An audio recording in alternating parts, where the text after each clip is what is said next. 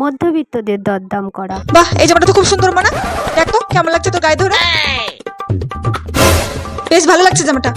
দাদা, এই জামাটার দাম কত? 200 টাকা। 200 টাকা? না না, 200 টাকা দিতে পারবো না। আপনি ওই জামাটার দাম 50 টাকা করুন। 50 টাকা দিতে পারবো না দিদি। 50 টাকা দিতে পারবেন না মানে? এত পাতলা জামা।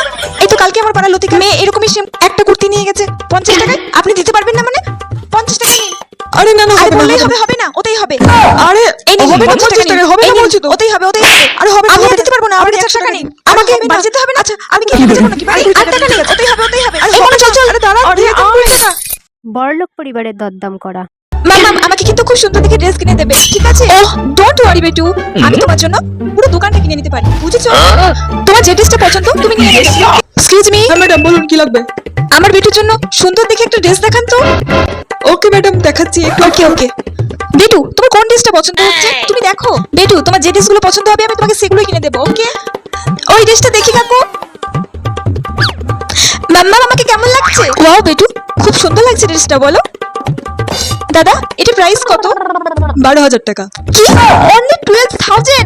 ও মাই গড, এত কম দামের ড্রেস আমি আমার বেটুকে কিনে দিতে পারবো না। I am so sorry. আপনি আমার বেটুর জন্য 50,000 ড্রেস দেখান প্লিজ। এত কম দামের ড্রেস না আমার বেটু পরে না, আর আমার বাড়ির কাজের লোকেরাও তো এত কম দামের ড্রেস পরে না।